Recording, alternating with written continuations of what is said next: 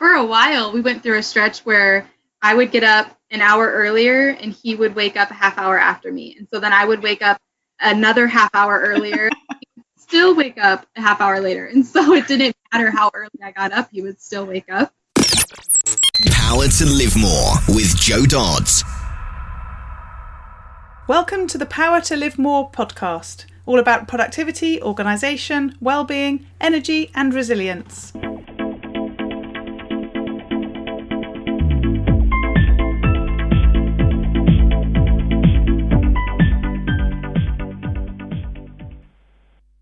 I'm Jo Dodds, and I started this show to enable interesting people to share their stories about how they use their power to live more, and by that I mean to do the stuff that they want to do more than the stuff that they need to or should do. It's about creating a life for yourself where you have the energy, health and space to be happy and fulfilled, spending your time as you'd like, whether that be at work, home or somewhere else entirely. That's your choice. Hello, my name is Ellie Dodds and I'm co-presenter, and today Joe's interviewing Jordan Wavra. Jordan was another lovely referral from Kelly McCausey from show number 115. Jordan is a holistic health coach, certified personal trainer and mindfulness expert who supports fellow mums on their journey towards a healthy, vibrant and energetic life. She's a wife, mum and adventure seeker. She believes in the power that a holistic lifestyle, energy healing and a positive mindset have on the transformation of the mind, body and soul. Her hobbies include travelling, hiking in the mountains, reading a good book and going on adventures with her family. Her family's most recent adventure has been to eliminate all the stuff and take life on the road. Her and her husband had just recently bought an RV and are currently based in Arizona with their son and 2 black labs. Back to the studio. Today I'm interviewing Jordan Wavra of Jordan Wavra Coaching. So lovely to meet you, Jordan. Tell us a bit more about who you are and what you do, and crucially, this is the interesting bit, where you do it. All right. Thank you, Joe. It's great to be here. Thank you so much for having me on. I am a holistic health and mindfulness coach. So I work with women, specifically moms, who are looking to decrease the stress in their life, have more energy, feel better. And I help them do that through understanding mindfulness, holistic nutrition, and the power between the mind and body connection. And the interesting part is I do that from home, and my home is actually a travel trailer. My family and I live on the road full time. My husband travels a lot for work. So we got rid of the whole house and downgraded everything, and now we live full time in a trailer. It's very interesting. I'm so excited about that. In fact, you're going to have to keep bringing me back to the whole holistic discussion, because that's really what we should be talking about. But I want to know about your lifestyle. So we can chat a little about both. So if I say, where are you? Do you have a sort of rough geography? Yes. So I am in Arizona in the United States. Wow. So it's a bit hot. It is very hot. And is that where I mean, how far do you travel when you travel? It really just depends. My husband's job could take him anywhere from California to New Mexico to Texas. But in the last year or so, we've stayed pretty local to Arizona. So we've really only traveled within a couple hours of the radius that we're currently in. And so that's been nice. Yeah. But we never know. You know, he doesn't know until his current job is almost done, where the next project's going to be. So. Mm-hmm. And is that something that you wanted to do and embraced all along, or has it been something that's sort of developed for you in terms of that sort of way of life? I mean, I'm just literally about to kick off 6 weeks in my caravan, so my version of your trailer, going around Scotland and the Lake District in England and the New Forest, because it's the school summer holidays, and I love it. I call it my happy place, but I don't do it all the time, so it's probably a bit of novelty for me. I can imagine downsizing. You've had to go through quite a lot of change to sort of do this. Is it something that, as you say, as I've already said, was something you really wanted to do, or something you've had to sort of work out as you've gone along, or a bit of both, I suppose?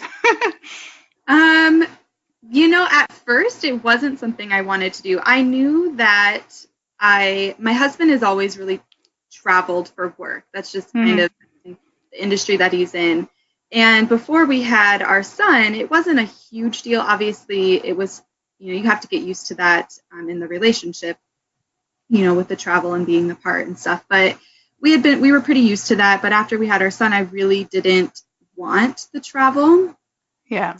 And so we talked about the option to have a trailer. And at first I was like, well, we can get a trailer, but let's also have an apartment. Let's have like a little home that we can go back to. We can keep all of our stuff there. And we talked about that for a while. And then my husband was like, that doesn't really make any sense. It doesn't make sense for you guys to be in the trailer with me during the week and then for us to drive to an apartment that we only spend the weekends in. And yeah, I kind of was really resistant to it. But after a while, I was like, that makes a lot of sense.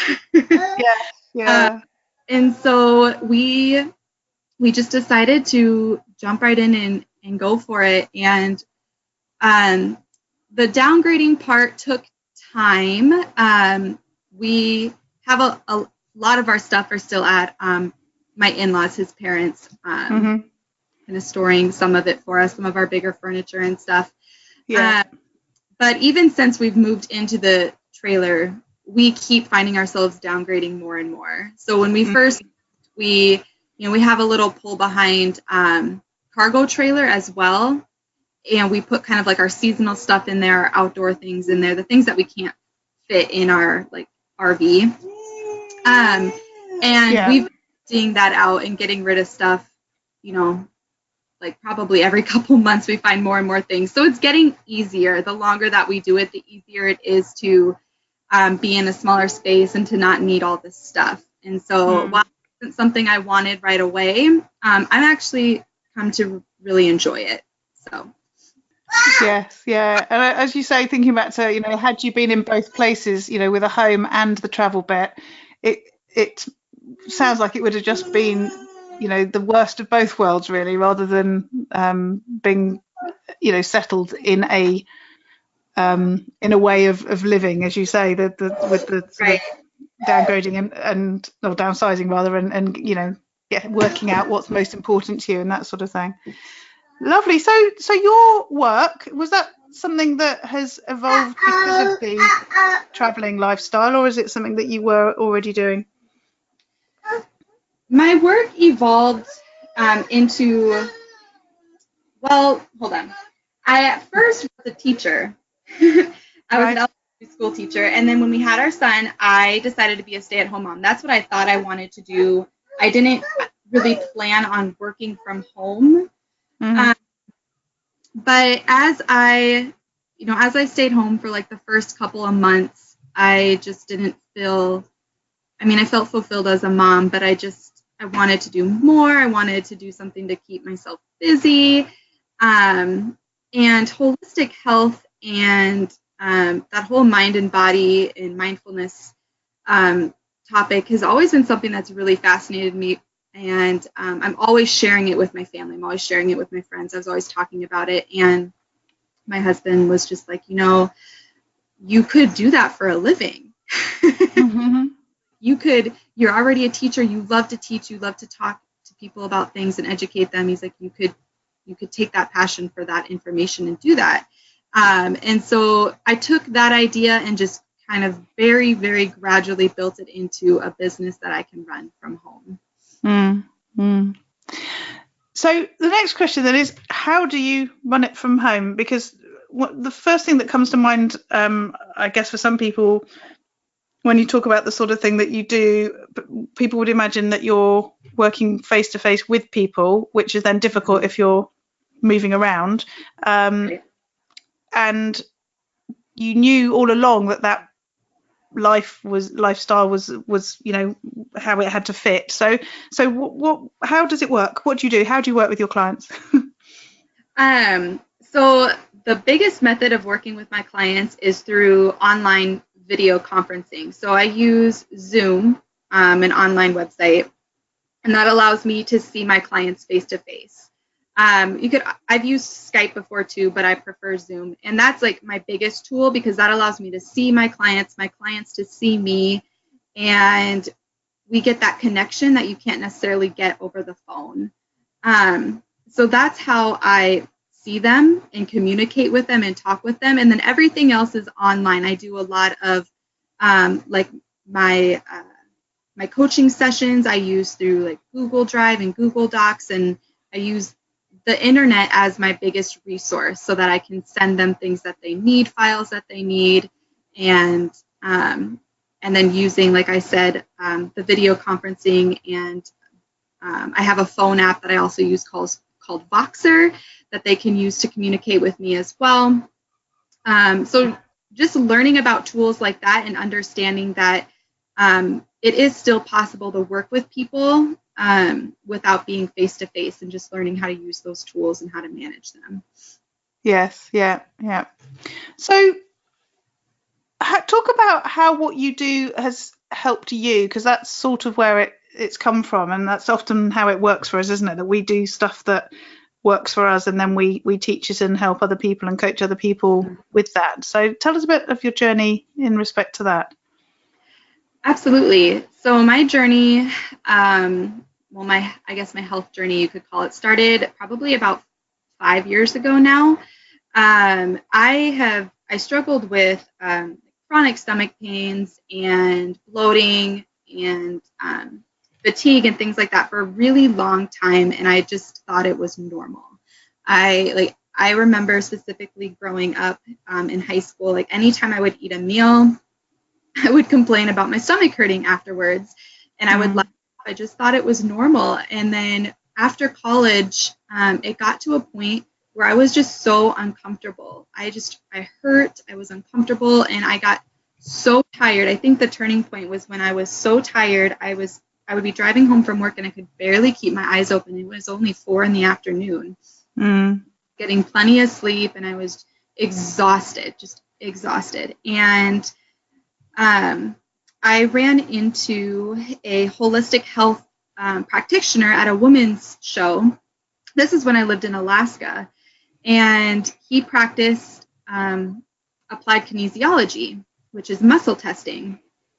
And through that, he used muscle testing to help test food, and it was called nutrition response testing. And so he tested my body with different things against like food, allergens, parasites, bugs, supplements, things like that. And he really got to the core of what it was that was hurting my body, that my body didn't like, versus just playing the guessing game where you try and guess, oh, maybe my body doesn't like this, maybe my body doesn't like that. But the thing with that is, a lot of times it's not those top allergens that we hear about, like dairy and gluten and all those things that we avoid.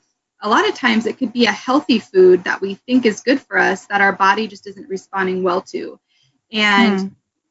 And so through working with him, I just learned that nutrition is so much more than just the standard eating healthy.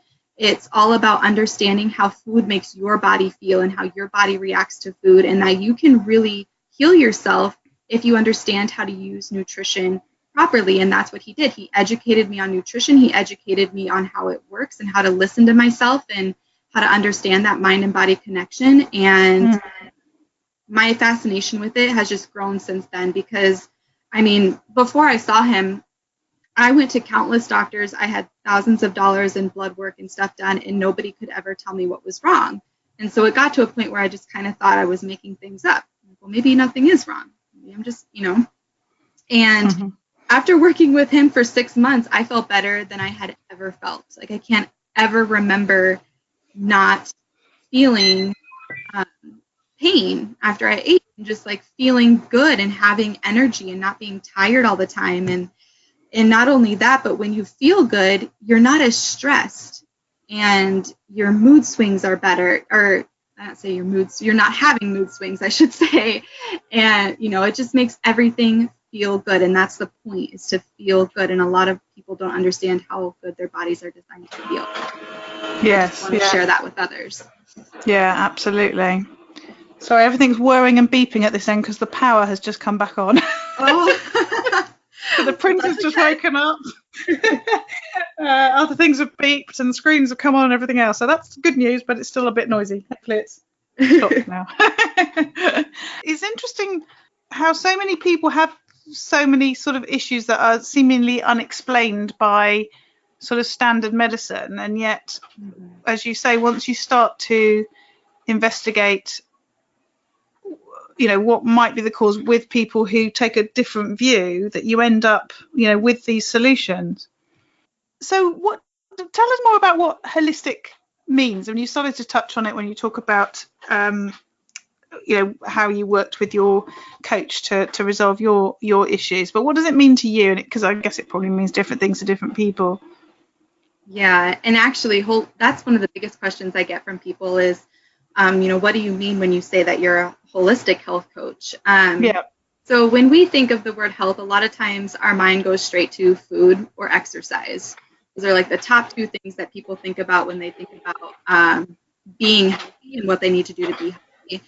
But health is so much more than that. Health is our mind and our emotions and our spirit, our soul. So it's not just the physical aspects, it's the emotional and the mental aspects as well. And holistic just means that you're connecting all of those things together, and you're understanding and you are aware that all of those things work in balance. So if something is off balance, if something's out of alignment, it knocks everything else out of alignment too. So while you might be the healthiest eater on the planet and you might work out 6 days a week, if you are stressed to the max and you have all of this emotional baggage and all these things going on mentally that you're not able to get a grasp on, that's going to throw off everything else. Your health, you still can't live to your full health potential without addressing that aspect as well. Does that make sense?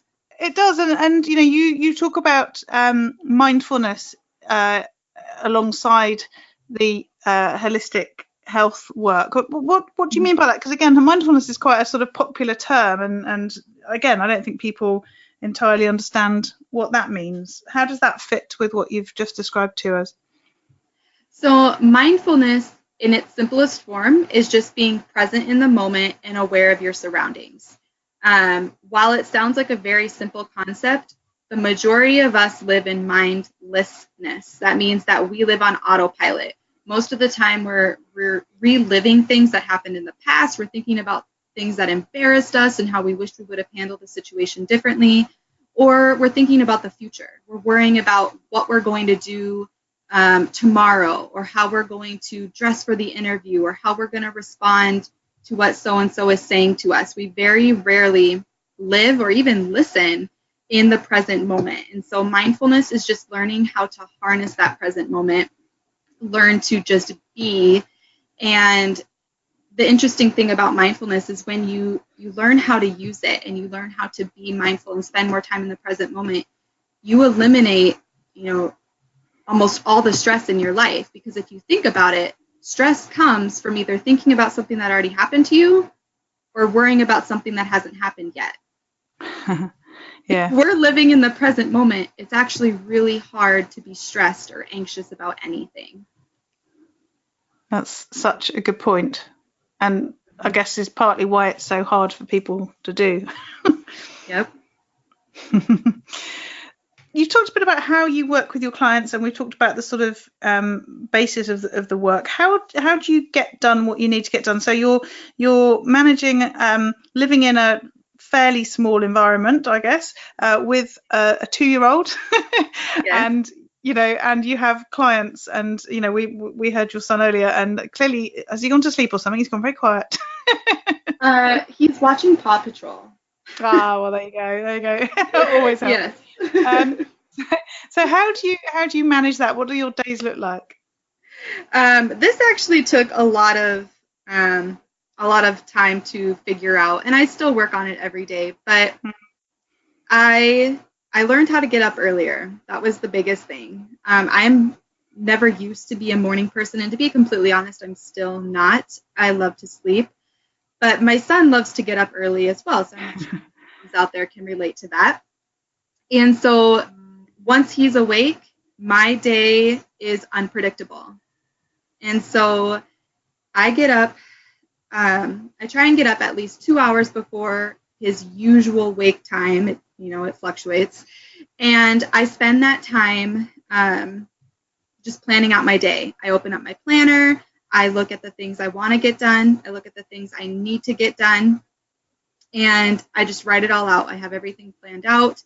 I meditate, I journal, and those two things just kind of help me clear my mind and be present and connect with myself. And so that keeps me from having like that monkey mind, that busyness where I can't really focus on one thing.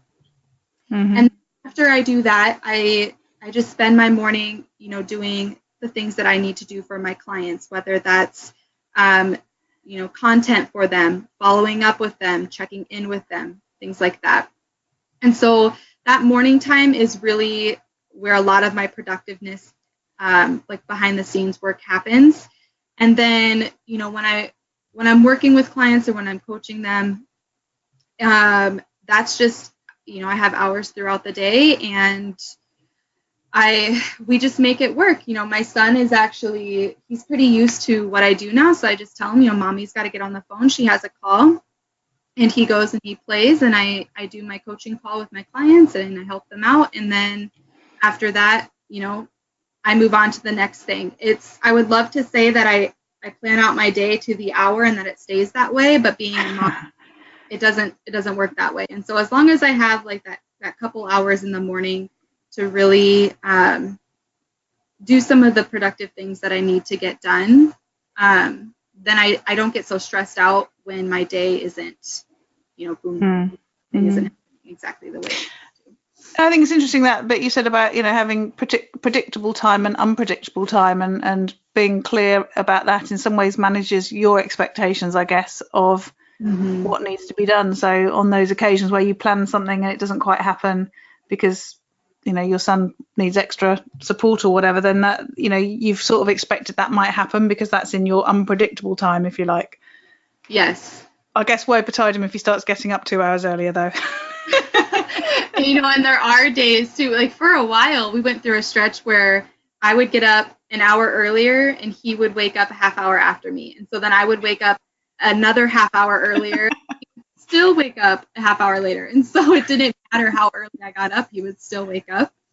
And so there was managing that as well. So I've gotten really good at managing that small amount of time after I wake up and before he wakes up. So whether it's 30 minutes or whether I do get the full 2 hours, yes, that time very well.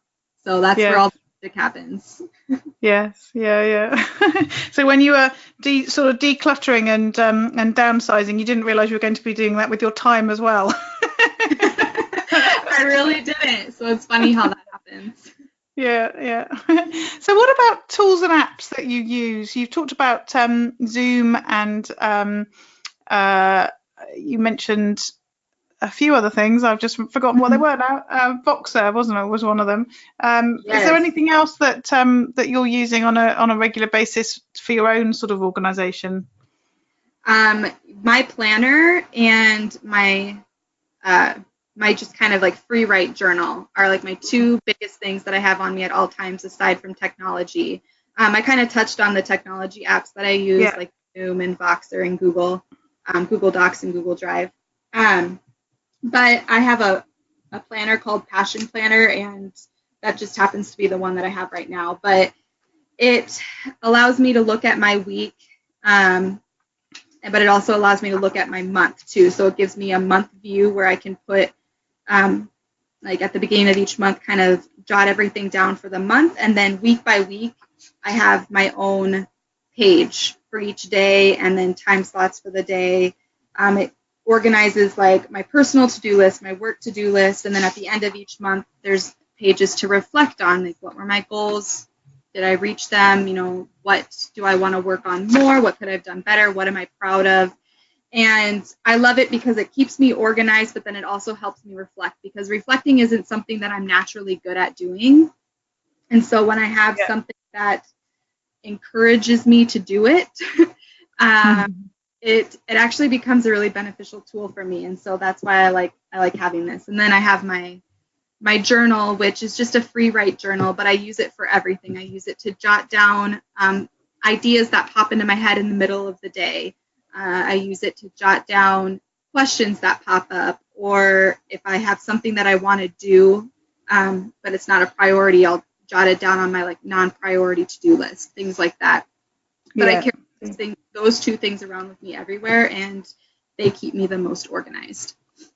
Yeah. It's interesting. One of my friends talks about the passion planner, and again carries it around everywhere with her, and says that really helps her sort of keep focused on what she wants to do. And there's so many different planners out there. And we had Sophie Jury, who has a planner, and I can't remember what she calls it, on one of the earlier shows. And it's really about finding that thing that works for you, isn't it? And really sort of getting the most out of that, whatever sort of style it is. I mean, I always say all my guests seem to talk about planners and notebooks and paper and pens, and I never use anything that isn't technology. So but I know how popular it is. And they say, don't they, that writing things, there's a connection between your sort of brain and your hand in terms of writing things is really useful rather than necessarily typing it. Yeah, so, I've heard that. They say, and I don't know what the study is or anything like that, but I've heard that people who write things out are more apt to follow through with them or something. There's something powerful about that pen to paper. But I've tried putting things down in like my online calendar, and I have to see it. I like to have it on paper. Both ways, and the paper version is what works best for me. So yes. Yeah. So what about learning and improving yourself? I guess with what you do, there's probably new studies or new strategies sort of all the time. How do you keep on top of that sort of thing? There's always new information and things coming out. I love to read. I love online courses. So there's a ton of, like little evergreen courses and stuff like that out there that are on different topics from different professionals and doctors and nutritionists and stuff out there. So, I'll take advantage of those. I'll read books. I'll listen to podcasts, and just really continuing my education in any way that I can. Currently I'm actually enrolled in a holistic nutrition program, and that's been a huge game changer for me. It's evolved my knowledge on nutrition and holistic lifestyles in a way that I just can't even imagine. So just staying on top of that has been my biggest thing. And I guess, that's one of the advantages of the whole sort of online world, that in the olden days, as it were, you'd have had to have gone to a local community centre to learn whatever it is you need to know for the things that you do. But actually now that information is just available wherever. Yeah, we're pretty blessed nowadays that we have access to all this information just at the tip of our fingers. Yeah, exactly. And I was interviewing somebody recently who was saying how so the digital world is so sort of overwhelming and there's so much information out there, but the other side of it is that's the advantage that we have. People laugh at me that I always like jump onto Google to find things out, even down to things like they go, I wonder how old that actress is, and I'm always on there to find out. It's like, why wouldn't you when we have this information? But then sometimes it becomes that you could just keep learning and not actually doing anything with it, because it's exciting to read and learn, but it's a bit more effort to put it into practice, isn't it? Yes. And I like that you mentioned that it's kind of like a double-sided coin. There's all this amazing information, but then it's learning how to sift through it and find what works for you and then actually apply it, because there are countless things that I've come across and read, and at some point it just becomes too overwhelming to the point where you almost know too much and you don't know what to do with it. So it's kind of where less is more comes in handy. Just take things bits and pieces at a time until you're able to apply them, and then when you're ready, move on from there. Yes, yeah. So what about on those days where it all goes horribly wrong? I don't know, your son gets up a minute after you. I don't know, the air conditioning in your trailer breaks down. when the internet stops working, but you have a power cut like I've just had. What do you do then? This is definitely where the mindfulness has helped me the most. I am actually, or in the past, I've always been really quick to react to things like that and kind of, I don't, for lack of a better term, throw a fit. Yeah. But I've really just learned nowadays, and I don't know if this is going to sound really cliche, but just to slow down and breathe. Like, it's not that I don't get tense, and it's not that it doesn't bother me, but I've just learned to just like take a minute to reground myself and to breathe in and to let it go and just be like, all right, this is how it's going to be. It's all right. How can I fix this? Like, or what can I do instead of what I was planning on doing? Or if, I was planning on doing something and it didn't work out, I can say, like, what can I learn from this? Or how can I improve from this moment? Or, what benefit do I get from this, even if it didn't work out the way I wanted it to? There's mornings when my son's gotten up with my alarm, and I'll just kind of lay in bed with him. He'll nurse a little bit. He'll fall back asleep, and I'll sneak out of bed. And then 5 minutes later, while I'm in the middle of my meditation, he opens the door and comes running out and sits on my lap. That happens pretty often, and I'll just meditate through it. I'll just let him lay on my lap, and I'll continue my meditation. Or I'll let him sit on my lap while I journal and go through my planner. So it's learning to kind of let go of that control and just kind of let things be.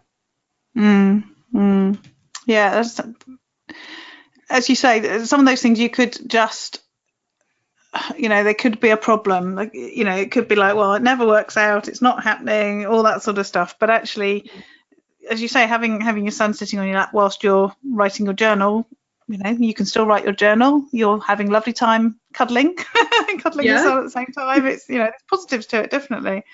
Yeah. And what about they take some? Yeah. Oh, sorry. No, carry on. I was just gonna say, it definitely takes some intentional thinking to be okay with that. Because I know a lot of that I work with or talk to who are like, but I need my alone time. I can't just relax with my son on my lap. I need my me time to journal and. And I'm not saying that it comes easily to me to let him sit on my lap while I try and do my me time. It's just being very intentional about my thinking. Yeah. And also just that sort of understanding that everything is just a sort of time of life, a season of life thing, and that, it was probably a bit easier when he was a little bit younger. You'll probably have the next couple of years where it'll be harder, and then it'll get easier again. It's there's cycles to it all, isn't there? Absolutely. Yeah, I can't have Ellie just lying on a cushion in front of me now when I'm working, but then she's 12, so she can look after herself. But yeah, a little more self-sufficient now. Exactly. So what about those days where you get the chance to live more? And I describe that as being able to do more of the things that you want to do and less of the things that you feel you should do or you have to do. What does that day look like for you? On a day where I get the chance to live more, I get all of my work and business stuff done in the morning, early morning, and that way I can spend the afternoon with my son and my family and going out, going to the park, going to the beach, going, and doing things that make us happy and that are fun and really fulfill us. And just, being able to, on days where we live more, where we get to plan to live more, being able to travel and leave work where it is and leave business where it is, because, working from online is a blessing, but it's also a curse because you take it with you wherever you go. Yes. And you have to detach from that. So, living more with, when I am not working during my business hours, being able to shut down and shut everything off and just be present. Yes. Yeah. So thank you, Jordan. It's been great interviewing you. Tell people how they can find out more about you and how they can connect with you. Yes, absolutely. I am pretty active on social media, so they can find me on Instagram at Jordan Wavra is my Instagram handle. Facebook, my Facebook business page is Jordan Wavra. And then if they want to learn a little bit more about me and some of the programs and stuff that I offer through my coaching, they can go to my website, www.jordanwavra.com. Lovely. Thank you. Really appreciate your time. Yes, thank you, Joe. I enjoyed speaking with you. All this information is available in the show notes. If you go to the link powertolivemore.com / in this case 120, then you can find the show notes there.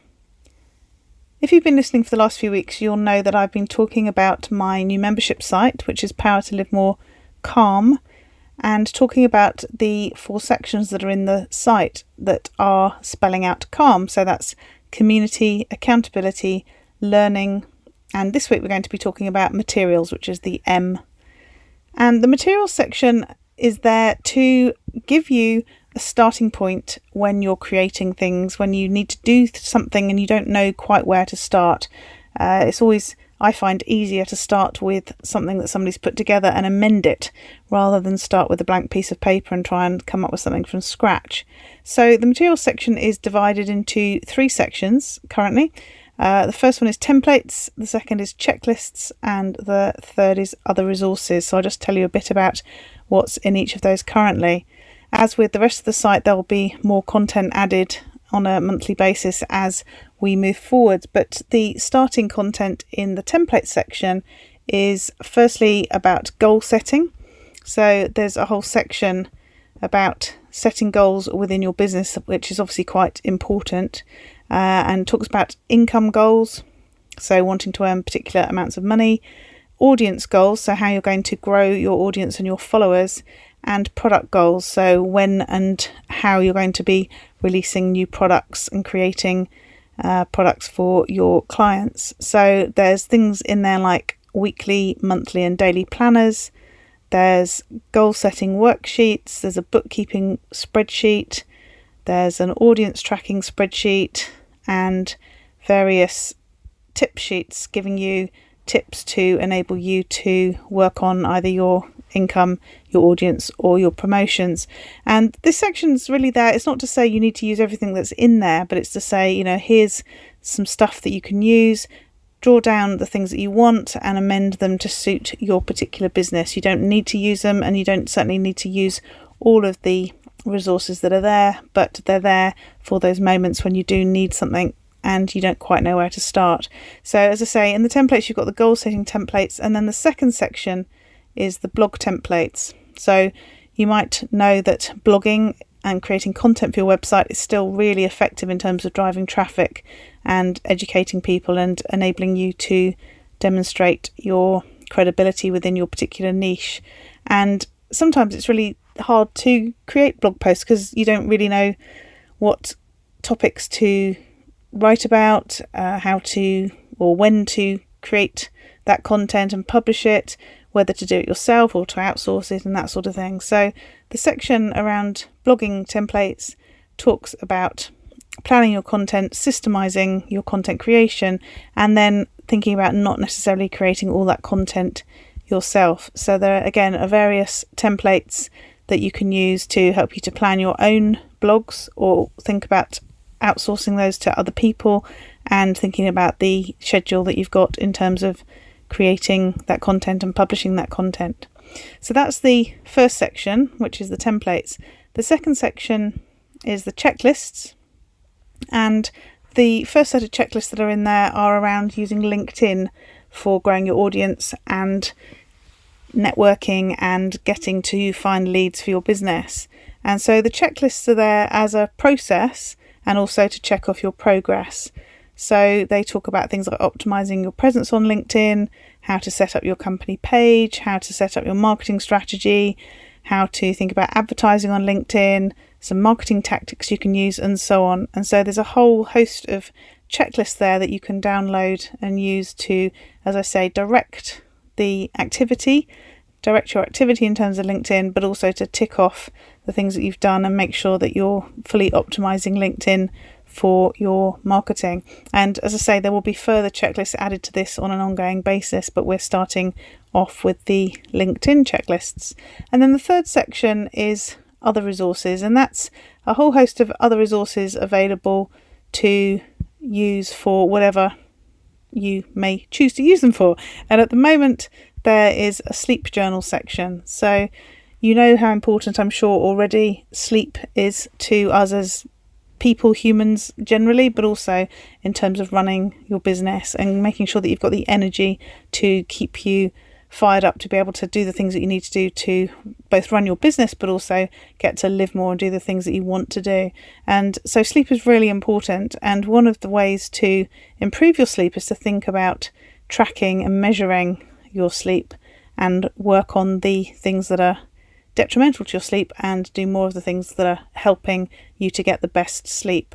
So I've got in this section some journals, or a journal for you, either in an A4 format or in an A5 format, depending on how you want to use the journal, to enable you to, as I say, track on a daily basis your sleep, but also think about things like what you're doing before you have good sleep or bad sleep, and therefore what you need to do more of and what you need to do less of, and also things like analysing your dreams and thinking about your routine before you go to sleep and that sort of thing. So that's in the other resources section.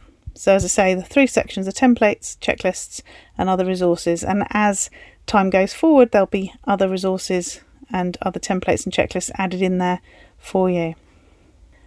So if you're liking the sound of the membership site, as I've said in the previous weeks, where there's an opportunity to build community and link with other people who are in a similar position to you, i.e. home-based coaches and consultants, via the community section, there's an opportunity to share your thoughts around accountability and get support from other people, again in a similar position to you, although not necessarily competing with you, but working from home and doing a similar role in terms of working with clients and coaching people and consulting and that sort of thing. And then thinking about learning and developing yourself in order to create a successful business and also live more, which is where I talk about getting to do the things that you want to do and less of the things you feel you should do or you have to do.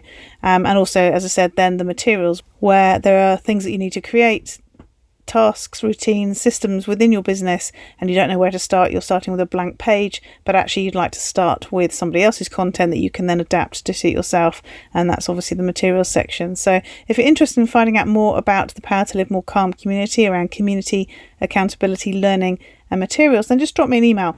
What I'm doing in the first few weeks of launching the site, and it's very near to being launched now, probably in the next couple of weeks, I'm looking at offering a beta option for people who want to get in early and know that they're part of the development of the site and are able to give me feedback and ideas about how we can develop it before I launch it fully.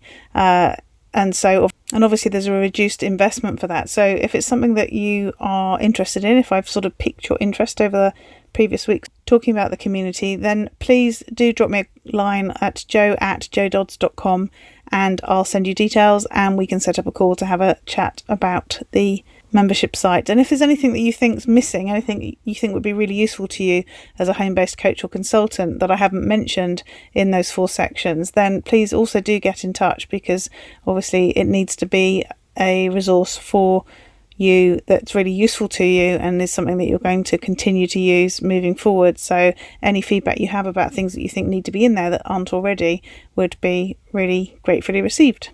Again, the show notes for this week's show are at powertolivemore.com/120, and we look forward to speaking to you next week. Use your power to live more.